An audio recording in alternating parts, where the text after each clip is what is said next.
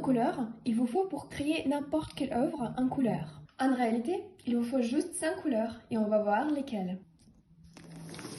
Tout d'abord, on va appliquer 3 couleurs primaires. C'est donc un rouge qui est un petit peu rosé, un jaune et un bleu. Puis, grâce à ces 3 couleurs-là, on obtient des couleurs donc appelées secondaires. Par exemple, on obtient vert en mélangeant bleu et jaune.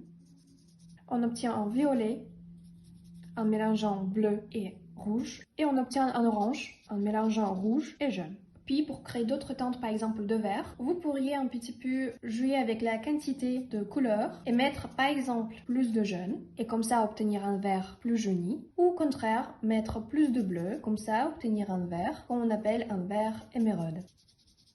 La même chose on peut faire avec toutes les autres couleurs.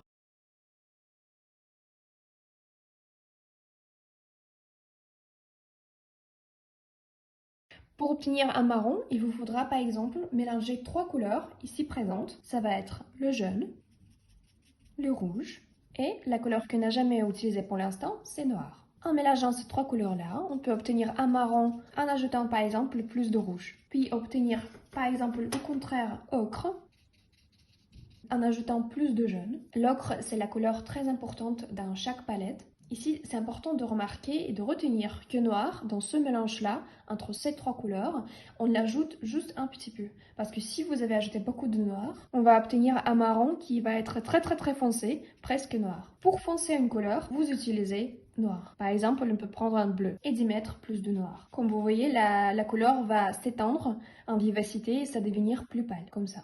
Donc, comme vous voyez, il nous faut juste 3 couleurs, peut-être 4 avec noir, donc un rouge un peu rosé, un jaune et un bleu qui est donc ultramarine, bleu foncé, et aussi un noir pour créer toutes ces couleurs-là. Donc vous voyez, c'est presque toutes les couleurs qu'on peut utiliser pour n'importe quel sujet.